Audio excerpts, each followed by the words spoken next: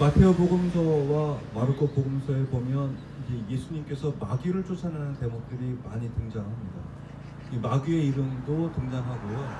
또 마귀 스스로 자기가 누구다라고 고백하는 내용이 나오죠. 특히 그 마테오 복음서에 보면은 율법학자들과 바리사이들이 예수님을 질투하고 예수님을 비난하기 위해서 이 사람은 마귀 두목 베엘제불의 힘을 빌어서 마귀를 쫓아내는 사람이다라고 그렇게 공격을 하잖아요.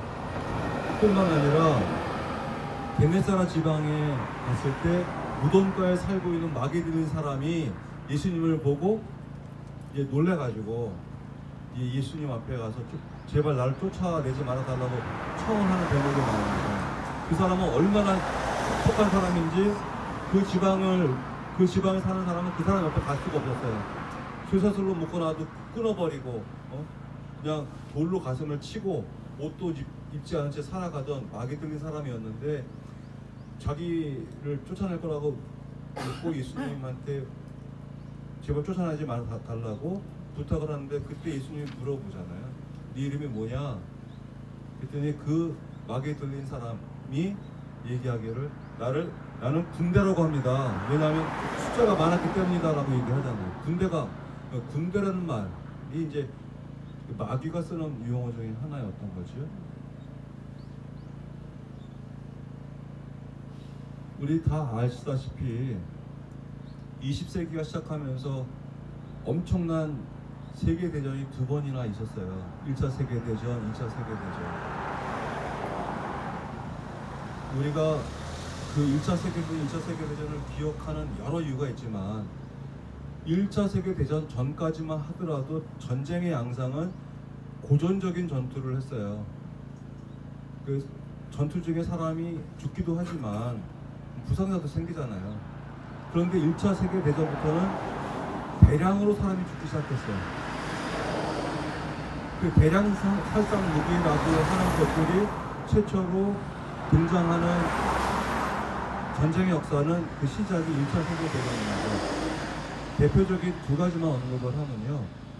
동시로 총을 쏠 수 있는 기관총이 등장한 게 1차 세계대전입니다. 그리고 무작위로 독가스를 뿌려서 동시에 수천 명이 죽을 수 있는 독가스가 등장한 것도 1차 세계대전이고요. 지금은 이제 많은 양상이 바뀌었지만 전차라고 하는 철갑, 마차가 등장한 것도 1차 세계대전입니다. 1차 세계대전은 전 세계 산업 구조를 바꿔놨어요. 산업 구조를 바꿨다는 뜻은 전쟁은 피할 수가 없어. 그러니 무기를 더 많이 가지고 있는 놈이 유리해. 그래서 1차 세계대전 바로 직전에 산업혁명이 있지 않았습니까? 산업혁명의 방향은 군수산업으로 돌진하게 됩니다. 돈이 되는 산업으로 가는데 군수산업에 제일 돈이 많이 되더라. 그러면서 산업혁명의 여파로 전 세계가 혜택을 누리게 되는데 부수적으로 군수산업도 덩달아 부흥을 하게 되죠. 근데 이 모든 것들을 신앙의 눈으로 들여다본다면 군대라는 마귀가 전 세계를 휘어잡게 된 결정적인 계기가 1차 세계대전이었고 2차 세계대전이 1918년에 종지부를 찍었는데 무려 30년도 가지 않아서 1차 세계대전이 다시 발발하지 않습니까? 제2차 세계대전이 발발했을 때는 1차 세계대전에서는 상상도 할 수 없어 어마어마한 가공할 무기들이 개발되지 않습니까? 그때 우리가 지금 다 얘기가 되고 있고 엊그제 북한이 쏘아 올린 미사일이 그때 처음으로 등장하는 전쟁이 2차 세계대전입니다. 그 여담입니다만 얼마 전에 미국 상공에 출연했다고 하는 풍선 아시죠? 풍선 원가가 얼마 정도 되겠습니까? 어떤 아마추어 과학자가 이렇게 비꼬는 얘기를 했습니다. 그 천문 관측용 풍선을 띄우는데 아마추어 동호회에서 그 풍선 띄우는데 드는 돈이 15불이래요. 15불. 근데 그 미국 상공을 영공을 벗어나서 영해에서 그 요격을 해서 떨어뜨리지 않았습니까? 이게 하나만 떨어뜨린 게 아니고 알래스카에 떠도는 2개까지 했다고 하는데, 어쨌든 첫 번째 풍선을 터뜨리는데 최신의 비행기가 떴어요. 미국의 제일 최신의 비행기. 그 2개 공대공 미사일을 쐈는데, 공대공 한 대 미사일 가격이 얼마? 우리나라 돈으로 50억. 15달러짜리 풍선 터뜨리는데 50억을 한 발은 빗나갔으니 2발 쏜 거 아니에요. 100억 쓴 거예요, 100억. 근데 미국이 생각한 것처럼 그 첩보를 위해서 그 탐색했던 그런 풍선이 아니었던 거잖아요. 이런 망신이 없는 거예요. 이거를 3글자로 줄이면 개망신이라고 하는 거 아니겠습니까?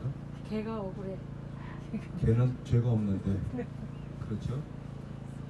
자, 어떻게 실수로 썼든 어떻게 썼든 50억을 날렸으면 그냥 날리고는 끝납니까? 다시 미사일 만들어야 될 거 아니에요. 그 50억 누구 돈을 만들겠습니까? 뭐 우리는 생각하면 공장에서 만드니까 공장에서 미사일을 만들 거라고 생각하잖아요. 구매해주는 사람 때문에 만드는 거잖아요. 그 구매를 누가 합니까? 국가가 하는 거예요. 국가가 하니까 국가는 무슨 돈으로 50억짜리 미사일을 삽니까? 세금으로 사는 건. 결국 국민의 세금이 그렇게 쓰이는 거예요. 만약에 50억을 만약에 그렇게 쓰지 않는다면 그 50억을 다른 데 쓰겠죠. 육아 비용으로, 복지 비용으로, 의료 비용으로 쓰지 않겠습니까?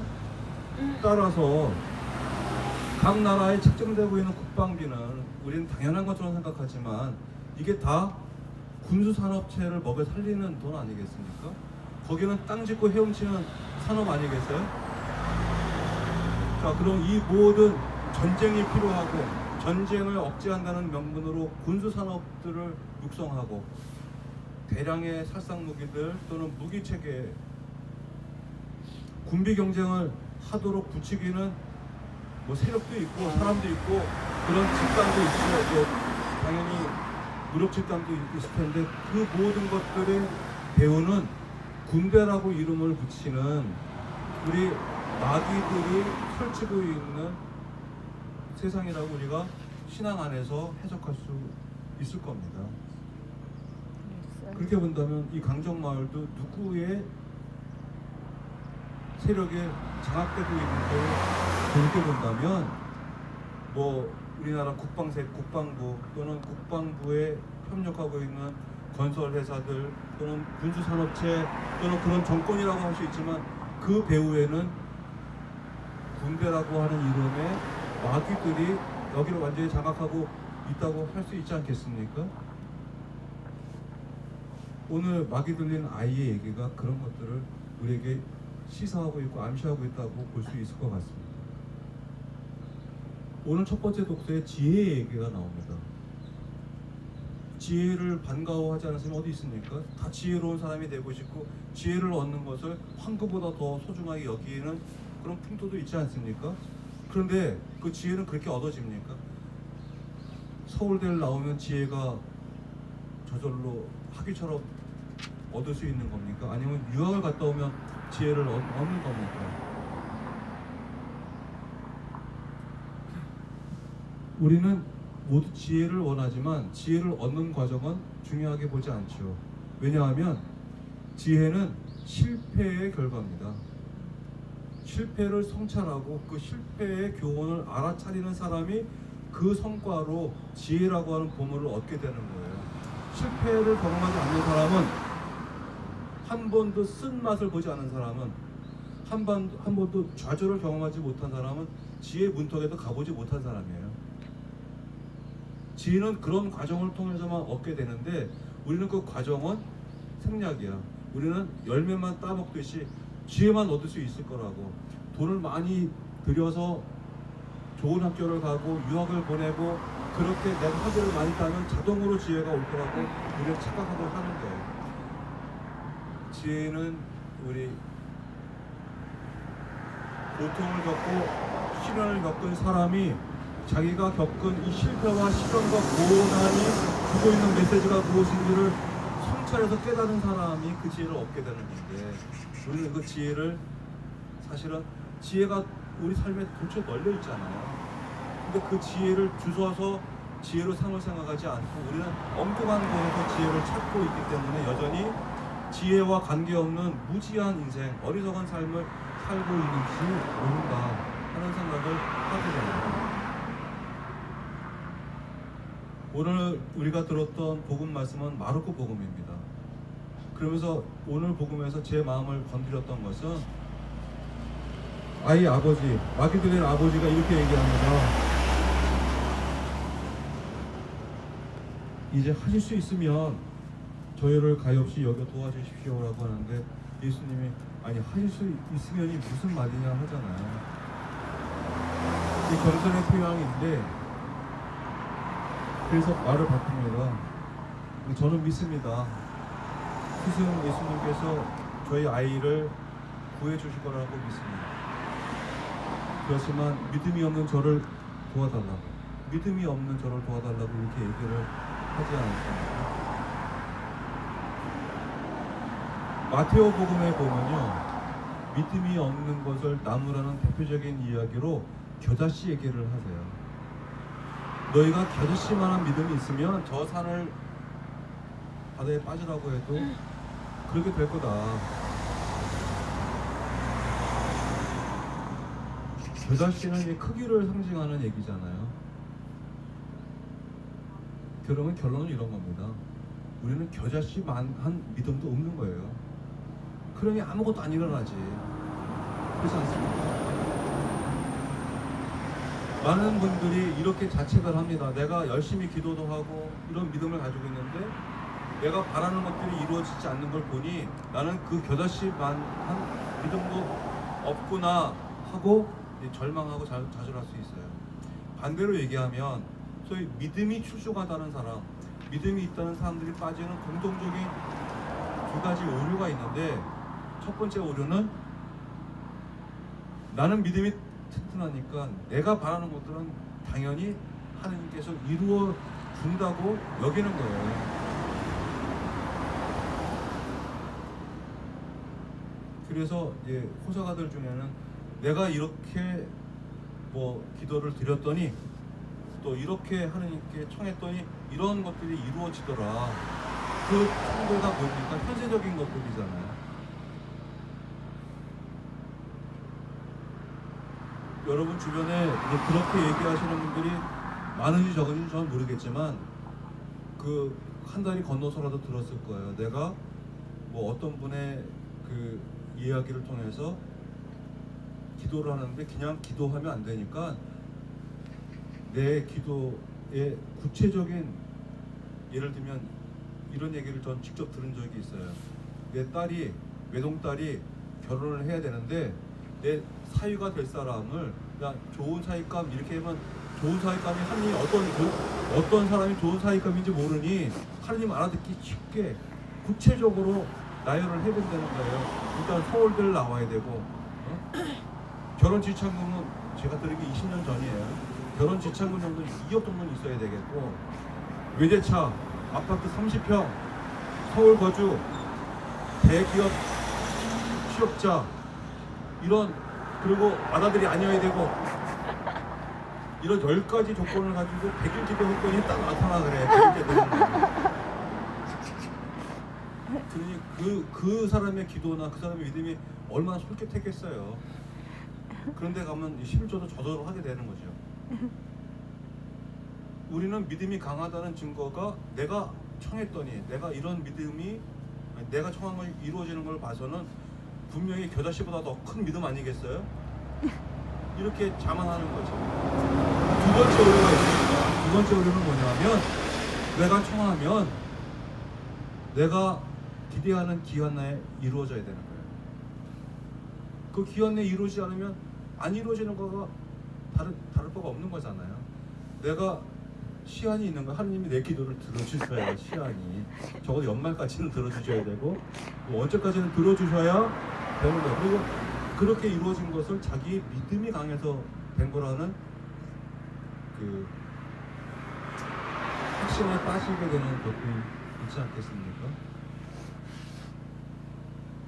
이제 이건 특별한 케이스라고 합시다. 믿음이 강하다고 여기는 사람. 대부분의 사람들은 이런 믿음이 없기 때문에요. 어떤 믿음을 더 공고히 갖게 되냐면 걱정하는 믿음을 갖게 됐어요. 아, 저런 게 이루어질까봐 걱정이 돼. 이런 불운이 닥칠까봐 걱정이 돼. 그러니까 걱정이 뭐 5만 가지 걱정을 다 안고 살아요.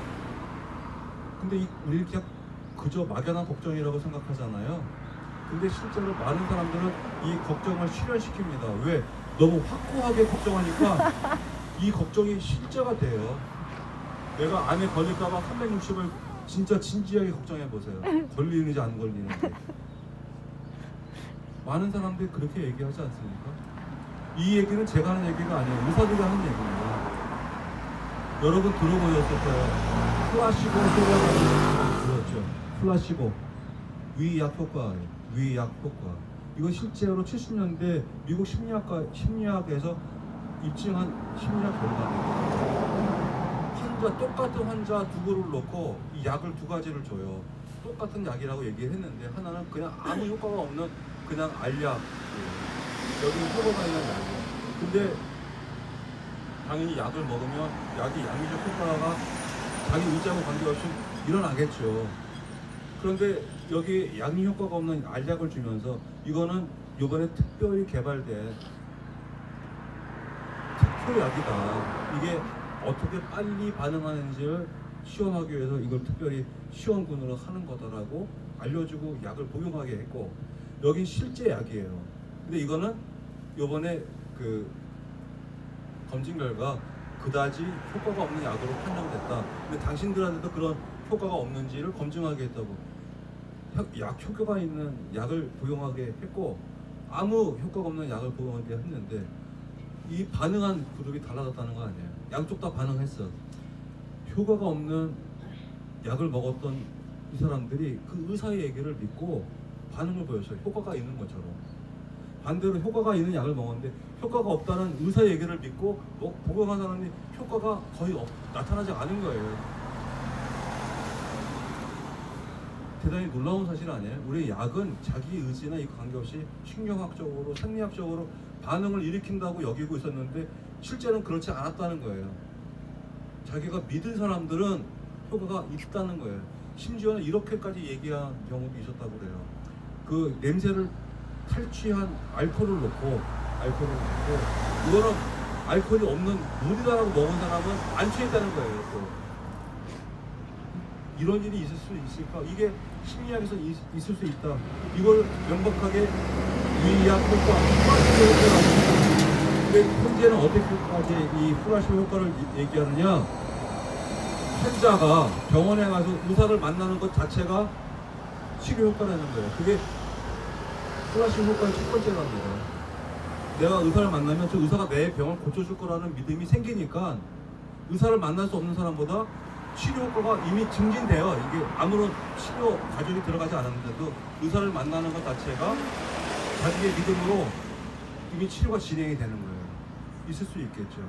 이 반대, 플라시보 효과의 반대가 걱정이에요. 내가 걱정을 하면 걱정대로 되는 거예요. 이해가 되시죠? 그러니 오늘 걱정 내일까지 하라고 하셨나요? 걱정하지 말라고. 근데 걱정을 놓지 못하는 게 우리의 신념이야. 신념과 신앙은 백지장 한 장 차이잖아요. 신념은 그럴 것이라고 내가 주관적으로 확고히 믿는 게 신념이야. 거기에는 여러 가지 증거를 댈 수 있어. 근데 신념과 다르게 신앙은 증거를 댈 수가 없다는 게 차이예요. 믿는 건 똑같은데 우리는 긍정적인 것보다 부정적인 것에 더 강한 믿음을 두는 경향이 있습니다. 그 결과 그 내가 두려워하고 걱정하는 것들이 현실이 돼요. 내가 시험에 떨어질까봐, 취업시험, 입학시험에 떨어질까봐 전전긍긍하는 수험생이 있다고 칩시다. 그 사람이 시험에 합격할 확률보다 나는 어떻게든 시험에 합격할 거라고 긍정적으로 믿는 사람이 있을 때 둘은 우린 그냥 똑같을 거야 라고 생각하지만 결과는 다르다고 얘기하잖아요. 저는 여러분하고 크게 다르지 않게 저도 제 믿음의 크기가 더 열심만한지 우리가 더 적은지 잘 가늠할 수가 없지만 저는 하느님이 마련해 주실 거다 라는 막연한 믿음을 지금도 가지고 있는데 그 믿음이 이루어진 적이 몇 번 있었어요.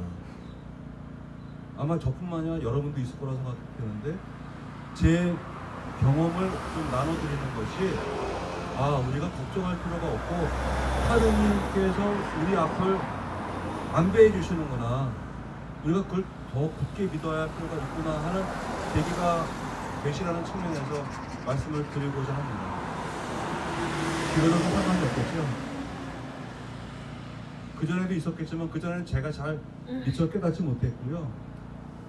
저는 1999년에 빈민사목을 시작을 하게 됐고 그때 빈민사목 현장에 이제 제가 기부할 수 있는 집을 이제 구해야 됐어요.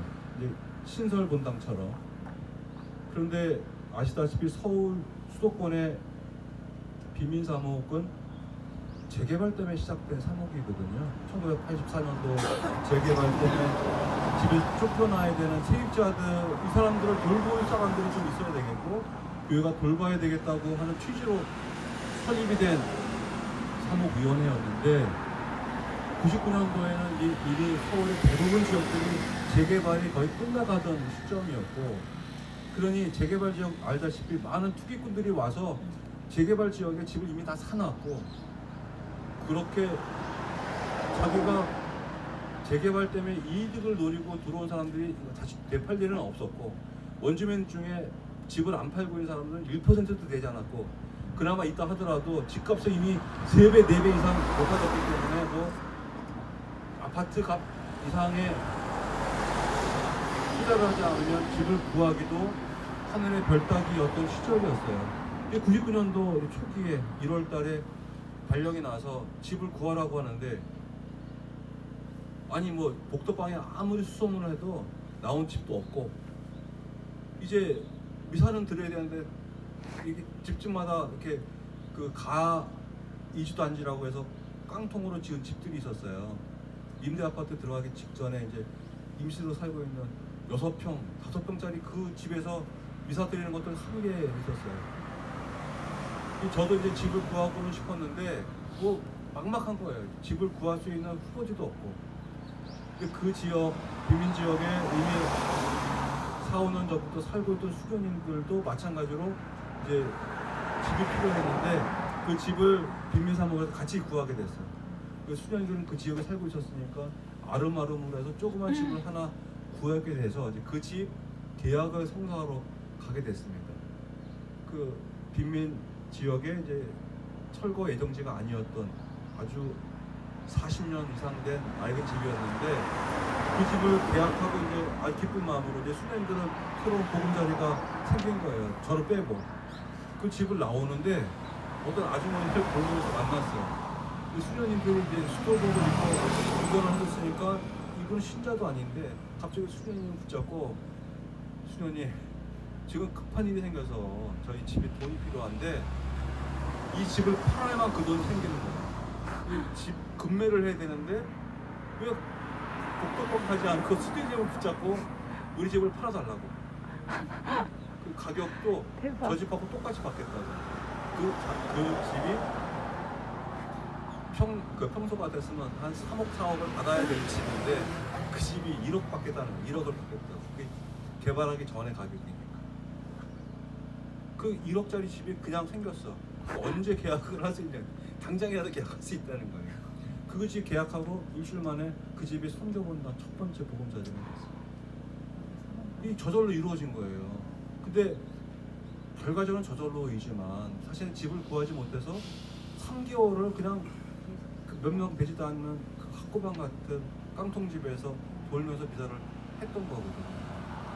이런 일이 다 있구나 하고 거기서 8년을 지냈습니다. 그리고 8년 뒤에 제가 또 다른 곳으로 선교본당을 만들러 갔어야 돼요. 그러니까 그곳이 장이 뉴타운 재개발 지역이에요. 장이동 지역은 70년대까지만 하더라도 장이동은 그 꽁별들이 그 별을 단 장군들이 제대하고 몰려 살던 동네예요. 근데 거기도 이제 그 뉴타운 재개발, 오세훈 시절에 그걸 한다고 해서 다 집값들이 엄청 뛰었는데 마찬가지로 선교본당이 생겼는데 집을 구할 수가 없었어요. 한 6개월간. 그래서 목도방에서 이제 연락이 오면 이제 가보겠다고 여러 번 갔는데 적당한 가격에 집들이 나오긴 했는데 할머니들이나 장애인들이 가기에는 계단이 있는 집들이어서 안 되는 거였어요. 그래서 아유 이제 또 그 보자고 한 데는 몇 군데 있었는데 가격도 너무 높고 뭐 다 옛날에 뭐 한 가닥 하는 사람들이 살던 집이니까 처지도 안 맞고 그래서 포기를 했는데 그 마음에 드실지는 모르겠지만 한 군데 더 가보자고 한 곳을 갔어요. 근데 그 집 사연이 너무 기가 막힌 거예요. 그 집이 안 팔린 이유가 있었어. 그 집이 그 지하에 반지하에 단칸방이 있었는데 거기에 무당 하시는 분들이 살았던 거예요. 근데 그분 무당 일이 잘 됐으면 좋은데 안 됐던 거야. 근데 그 무당 하다가 거기서 돌아가셨네. 그 소문이 나면서 무당이 살던 집, 무당이 죽은 집 이런 소문이 났어. 근데 그 집 주인분께서 아들이 일산에 청약을 했는데 청약된 아파트가 당첨이 됐어요. 계약금을 넣었는데 대출을 받아야 되는데 대출이 성사가 안 됐어요. 그래서 이달 말까지 그 나머지 잔금을 내지 않으면 그 청약이 이제 무산이 되는 거예요. 그러니 돈을 구할 수 없었던 아들이 여기저기 소문 내다가 그거 아버지한테까지 얘기를 하게 되고 방법은 그 집을 팔아야 되는 거예요. 근데 이달 말까지 팔아야 되니까 복도방에 내놔도 소용이 없는 거예요. 매매가 없으니까. 그분이 그 장위동에서 서울대병원으로 출퇴근을 하던 그 서울대병원에 그 관리인을 하던 분이었어요. 그분이 매일 지나가는데 그 당시 해화동 로타리에 고가도로가 있었거든요.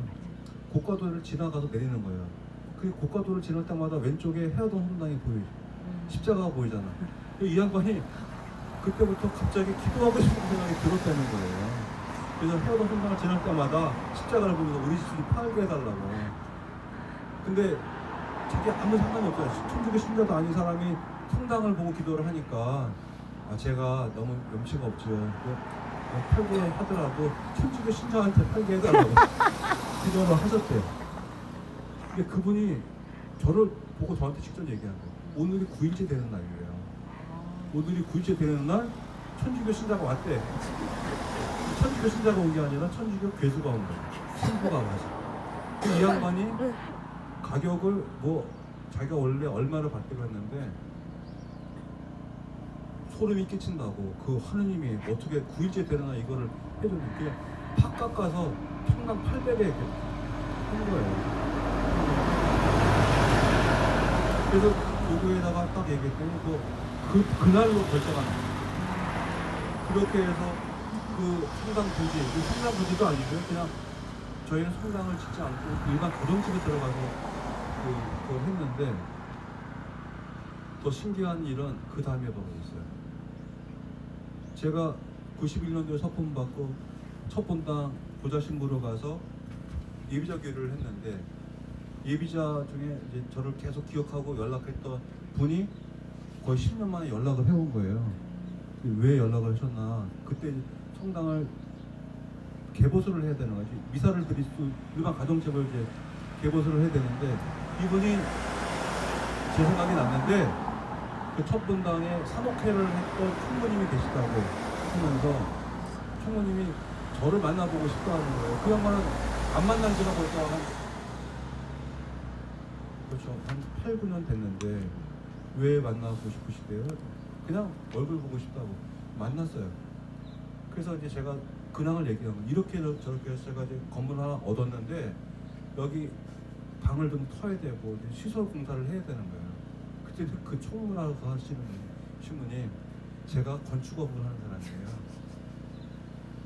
저한테 맡겨주시면 제가 해보겠다고 해서 그냥 제가 수의 계획을 할 수가 없고 계약서를 써야 되는 거죠. 견적을 써야 됩니다. 이 양반이 견적서를 써왔어요. 5,500만 원 정도면 됩니다. 그래서 교구에 대했더니 싸게 받았네? 하라고. 그래서 5,500만 원을 가지고 2주일 만에 공사가 끝났어요. 그 양반이 그걸 해줬는데 우리는 통장이 있지만 뭐 일반 분당처럼 그 분가해서 뭐 적립금이 있거나 이게 아무것도 없는 거예요. 저 신자도 지금 2명밖에 없는데 그거 사정을 듣고 자기 공사 대금의 10분의 1을 보험금을 내는 거예요. 그러고 나서 일주일 뒤에 그분이 파산을 했어요. 파산을. 근데 안 됐잖아요. 제가 받을 수가 없겠어. 불러드리겠다고 했더니 아니라고. 제가 어쩌면 신부님 그 일을 하기 위해서 그때까지 파산을 안 하고 남아있었던 거라고 이렇게 본인이 해석을 하는 거예요. 근데 상교본당 했는데 창문이 큰데 너무 눈이 부셔서 이사를 못하겠어. 근데 그날 전화가 왔어요. 제가 예전에 긍정신이었을 때 만났던 어떤 교우인데 일산에 자기가 백화점에 입점을 했대요. 무슨 가게를 열어서 축하한다고 했더니 제가 그렇지 않아도 신부님 사제관에 창문에 커튼을 해주고 싶대요. 왜 커튼을 해줘야 돼? 커튼 가게를 열었다는 거예요. 내 방에 커튼은 필요 없고 상교분당에 커튼이 필요해요. 아시죠? 이렇게 스크린형으로 되는 그 커튼이 좀 몇 개 필요하다. 그거라면 아무 때나 해주겠죠. 그 다음날로 와서 커튼을 해줬어요. 돌이켜 생각해보니까 야, 내가 노력하지 않았는데 이렇게 다 순차적으로 그것도 먼저 주겠다는 것도 아니고 집부터 생겼잖아요. 그냥 집 수리해주겠다는 분이 생기고 수리가 끝내서 이제 입주하니까 커튼 해주겠다 이게 줄줄이 이어지게 돼요. 아멘. 저는 기도한 게 아니에요. 그러니 저는 겨자씨만한 믿음 가지고 한 것도 아니고 이게 필요했다고 생각하니까 하나님이 이렇게 증거가를 넣어주셨구나. 근데 문제는 내가 원했던 시기에 이루어진 게 아니에요. 자, 그러니 저는 그때 걱정하지 마라 하는 이야기가 너무 절감하게 됐고 그런 계기를 통해서 이제 하느님이 필요로 하시는 일은 내가 안달겁다 안 해도 문을 열어주시는구나. 내가 걱정하고 괜히 노심초사할 필요가 없구나 하는 사실들을 훈련시키신 거라고 생각이 들었어요. 뭐 옆에 계시지만 2009년도에 용산에 들어갔을 때 사실 겁도 많이 났고 뭐 신자가 있어 들어간 게 아니었어요. 근데 기도 중에 그런 얘기 걱정하지 마. 여기에는 나의 백성이 많다고. 실제로 미사 때 구름대처럼 몰려왔어요. 그분들이 288일 동안을 거기 지낼 수 있도록 지탱해준 힘, 하나님이 보내준 힘이라고 생각하지 않을 수 없었던 거죠. 자, 결론으로 우리는 믿음으로 하나님께 청한다고 생각하잖아요. 다 이루어진다고 생각하잖아요. 우리 현세에서 필요로 하는 우리의 욕구, 우리의 바람들을 하나님이 다 보증해 줄 거라고 생각하잖아요. 절대 그렇지 않습니다. 그렇게 얘기한다면 믿음이 강하다는 사람들은 왜 지금도 이만 이꼴로 살아요? 로또 복권 다 당첨돼서 그냥 1등이나 1등은 다 자기 독차지해 갈 것이고 출세, 성공 다 그 사람들 몫이 돼야 되지 않겠습니까? 하느님이 얘기하는 이루어질 거다라고 하는 것은 그런 뜻이 아닌 거예요. 우리는 이런 것이 있지 않습니까?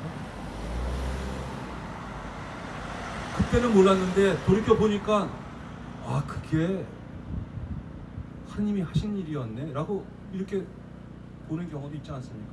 난 사고가 나서 내 다리가 동강이 나고 부러지고 정말 난 죄에서 온붙었다고 생각해서 하나님 원망하고 살았는데 그때 그 사고로 내 삶이 바뀌었어. 그때 그 사고가 아니었으면 이렇게 회고하면서 내 삶을 다시 돌아보니까 거기에 하나님의 큰 뜻이 숨겨져 있었구나 하고 깨닫는 경우도 있지 않습니까? 이게 믿음의 힘인 거잖아요. 믿음이 없으면 그렇게 해석할 수가 없는 거잖아요. 나는 그게 불행인 줄 알았는데 많은 사람들이 불행이라고 얘기했는데 나는 그게 어리석었어.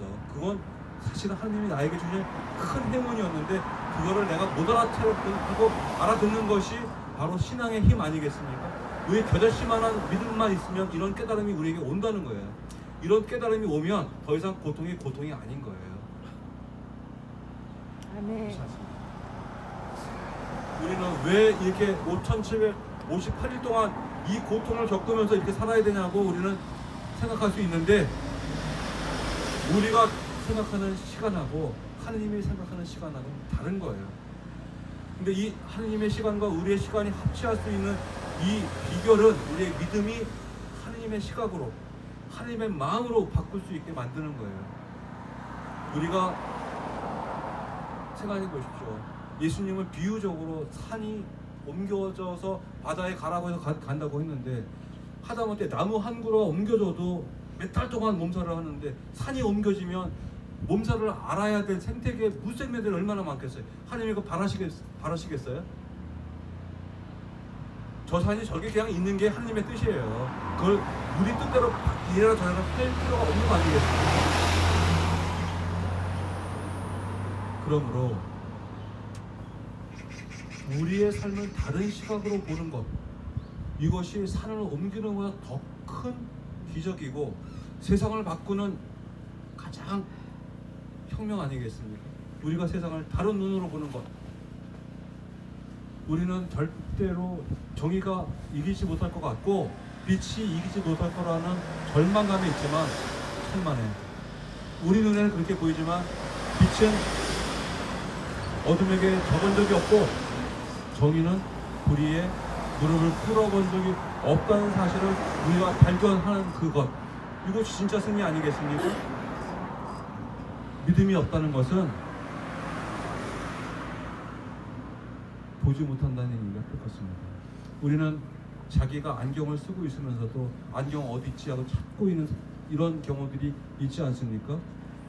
우리는 이미 하나님의 빛 속에서 정의가 이겼다는 사실들을 우리는 깨닫지 못하고 장님처럼 아직도 어둠 속에 불의가 판치는 세상에 이제는 우리가 다 끝이야, 이길 수 없어라는 절망 속에 살고 있다면 우리는 우리 안에 겨자씨만한 믿음으로 살아있지 않는 그렇게 죽은 신앙으로 하루하루 산다는 사실을 다시 한번 깨달았으면 좋겠습니다. 네.